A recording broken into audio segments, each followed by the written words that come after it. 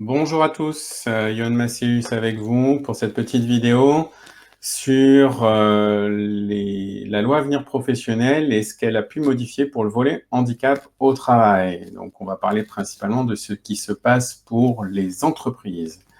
Allez, c'est parti. Donc, qu'est-ce qui change au 1er janvier 2020? Tout d'abord, le taux d'emploi subit une nouvelle approche, c'est-à-dire qu'aujourd'hui, le taux d'emploi ne prend plus en compte que les travailleurs handicapés effectivement présents dans les effectifs. C'est un taux d'emploi direct. Donc l'idée, c'est de savoir quel est l'engagement direct des entreprises. Pour autant, l'emploi indirect, les achats de biens et services auprès des secteurs adaptés et protégés et les travailleurs indépendants existent toujours, mais il sera sous forme de déduction appliquée au montant de la contribution. Le taux est révisable tous les 5 ans. C'est-à-dire que le taux d'emploi aujourd'hui, c'est 6%, je pense que vous le savez tous. Il est révisable à la hausse tous les 5 ans, donc il est possible que dans 5 ans, on ait un taux plus important. Durée limitée pour les accords agréés, c'est-à-dire qu'aujourd'hui, un accord agréé ne pourra durer que 3 ans maximum et surtout sera renouvelable une fois seulement. On a des entreprises qui sont à leur 5e, 6e ou 7e accord, ça ne sera plus possible à partir de cette année. Obligation de désigner également un référent handicap dans les entreprises de 250 salariés et plus. Donc ça, c'est quelque chose d'essentiel. J'espère que vous l'avez fait. Si vous ne l'avez pas fait, mettez-y vous et donnez-lui les moyens de travailler. L'assujettissement maintenant se fait au niveau de l'entreprise, c'est-à-dire qu'aujourd'hui, la notion d'établissement, elle disparaît dans le cadre de l'obligation d'emploi.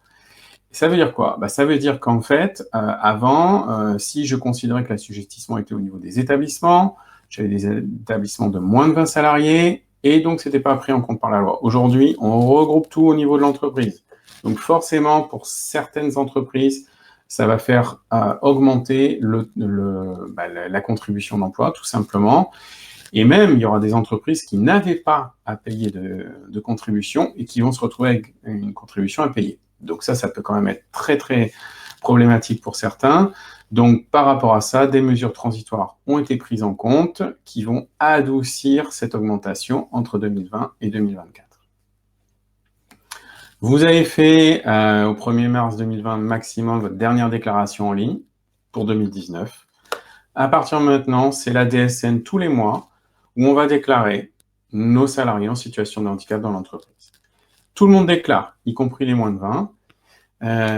Et la contribution annuelle, elle est recouvrée par les URSSAF, les caisses de la MSA, si vous relevez de la MSA, bien évidemment, qui reversent ensuite à la GFIP.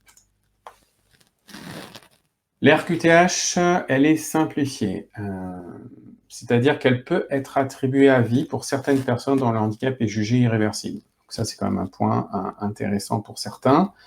Elle va être également délivrée automatiquement pour les porteurs de la carte mobilité inclusion, qui portent la mention invalidité, ou pour ceux qui ont l'allocation adulte handicapé. Donc là encore, ça peut faciliter les aspects administratifs pour certains. Et les demandes de renouvellement, donc les effets de la précédente reconnaissance sont prorogés de 4 mois si vous avez fait votre demande avant la fin de la RQTH précédente. Donc ça, c'est bien aussi pour qu'il n'y ait pas de moment où on n'a plus de RQTH parce qu'on s'y est pris trop tard et qu'il faut attendre un certain temps avant d'avoir la réponse de la commission qui statue.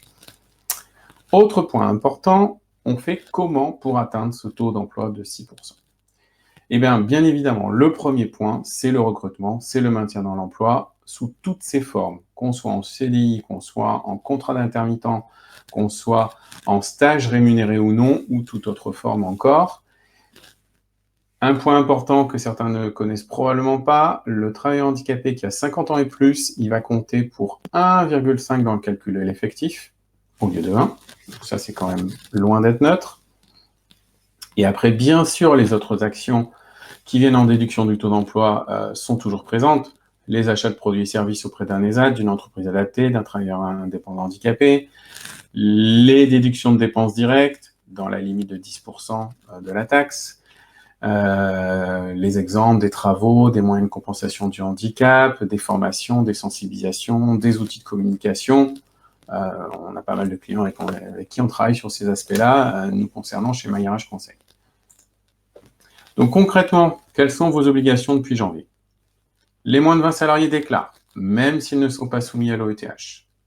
Les 20 et plus déclarent et payent une contribution si le taux de 6% n'est pas atteint. La DSN se fait par entreprise et non plus par établissement. Il faut informer le CSE concernant cette déclaration. Donc, comme pour tout autre sujet où on a information à faire auprès du CSE, bien sûr, la liste nominative des bénéficiaires de l'obligation d'emploi, c'est quelque chose qui reste secret. Et on fait la déclaration mensuelle en DSN pour l'année N au titre de l'année N. Les grandes dates à prendre en compte. En 2020, avant le 1er janvier, bien sûr, chacun d'entre vous, vous avez paramétré votre système informatique RH pour pouvoir renseigner le statut de bénéficiaire de l'obligation d'emploi de travailleur handicapé. Si vous ne l'avez pas fait, il est temps de s'y mettre. Depuis 2020, chaque mois, vous renseignez dans la DSN le champ relatif à la reconnaissance du handicap pour chaque salarié travailleur handicapé. En 2021, avant le 31 janvier, maintenant vous le savez à l'avance, donc vous allez paramétrer votre SIRH pour pouvoir renseigner les autres rubriques de la déclaration, les achats de sous-traitance, les accords, les dépenses déductibles ou autres points encore. Vous allez collecter les justificatifs auprès des prestataires et vous allez récupérer des données auprès de votre organisme de sécurité sociale. Je vous invite fortement à simuler votre contribution février-mars pour voir ce qu'il en sera. Et en mars 2021, il faudra faire officiellement la déclaration relative en DSN pour, bien évidemment, donc la déclaration 2020. Donc ça, ce sont les grandes dates essentielles.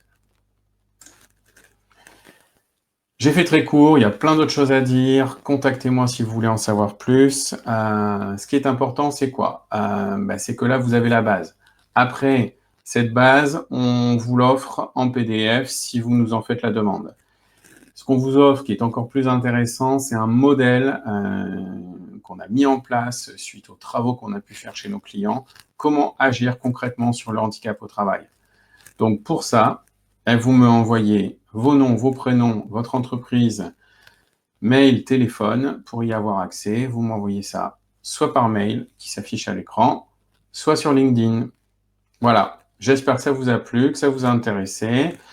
On fera d'autres vidéos sur ce sujet-là et sur d'autres, puisqu'on ne travaille pas que sur le sujet du handicap au travail au sein de MyRH Conseil. Et je vous dis à très bientôt. Au revoir tout le monde.